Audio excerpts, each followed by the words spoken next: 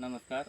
मी साईनाथ यादवराव जाधव, राहणार पत्तूजवळा येथील एक शेतकरी आहे आणि मी वेस्टेज कंपनीमध्ये जॉईन झालेला आहे.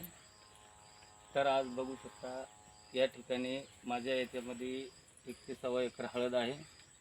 त्या हळदीला फक्त मी वेस्टेजचा जे लागवडीपासून ते शेवटपर्यंत वेस्टेजचेच खत वापरत आहे.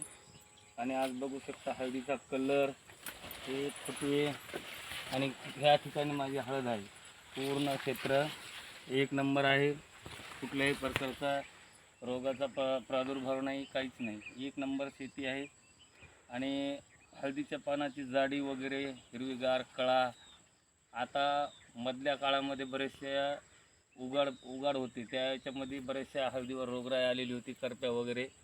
तुम्ही बघू शकता कुठल्याही प्रकारे करप्या वगैरे काहीही नाही. असंच जर तुम्हीसुद्धा पहिल्या स्टेपपासून शेवट म्हणजे लागवडीपासून ते काढणीपर्यंत आपण जर वेस्टेज कंपनीचं ॲग्रोह्युमिक, एक्काजेल, ॲग्रीपोटॅक अशा खूप काही आपल्या वेस्टेज कंपनीचे म्हणजे प्रोजेक्ट आहेत.